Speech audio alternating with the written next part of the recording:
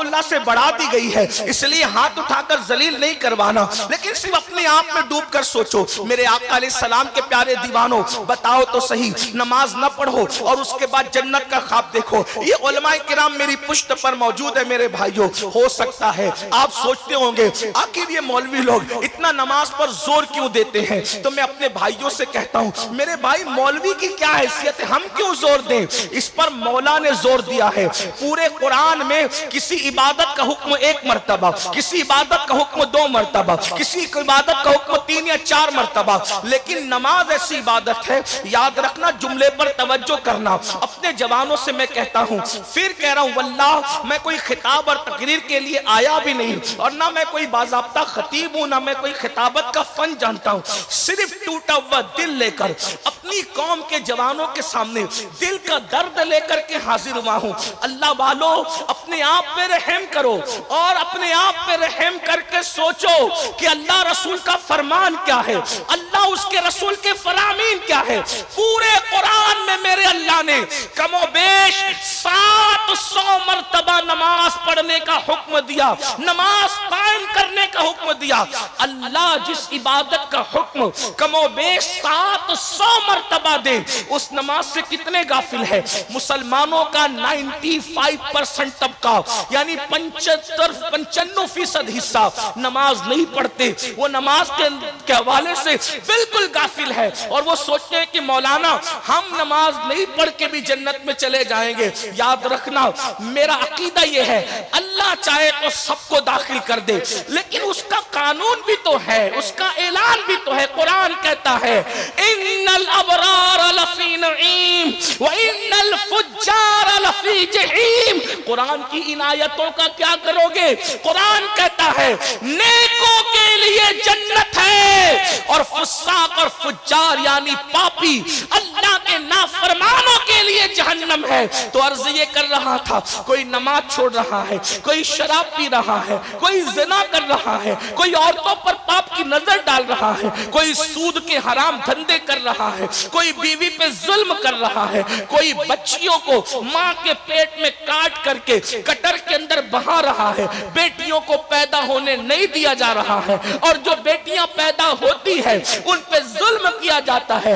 بیٹے کو تو دن میں 4 5 بار چومتا ہے باپ، ماں بھی چومتی ہے، اور بیٹی کھڑی رہتی ہے جہالت کی وجہ سے، اللہ اکبر، دین سے دوری کی وجہ سے بیٹی کھڑی رہتی ہے، ماں اس کو بوجھ سمجھ کر نظر انداز کرتی ہے، ارے ہٹ چڑیل تو کہاں سے آ گئی، بیٹی پر ظلم ہوتا ہے۔ یعنی آج بھی دقیانوسیت فکر مسلمانوں میں موجود ہے، کلمہ پڑھنے والوں میں موجود ہے۔ آپ بتاؤ یہ سب کر کے تم اب جہنم کما رہے ہو۔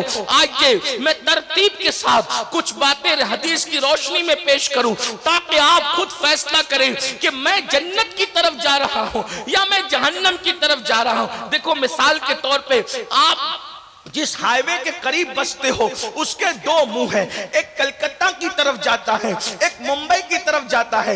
مجھے سچ کہنا بھائیو، جس نے کلکتہ کا رخ کیا کیا کبھی وہ زندگی بھر ممبئی پہنچ پائے گا؟ نہیں پہنچ پائے گا۔ اور جس نے ممبئی کا راستہ چن لیا کیا وہ زندگی بھر کبھی کلکتہ پہنچ پائے گا؟ دونوں راستے مخالف ہیں بلا تمثیل۔ جنت کا راستہ بھی الگ ہے، جہنم کا راستہ بھی الگ ہے۔ راستہ اختیار کرو گے جہنم کا تو جنت میں کبھی نہیں پہنچ سکتے۔ اللہ اکبر، اس لیے راہ چل رہے ہو جہنم کی اور اس کے بعد تصور کرتے ہو کہ جنت میں پہنچ جائیں گے۔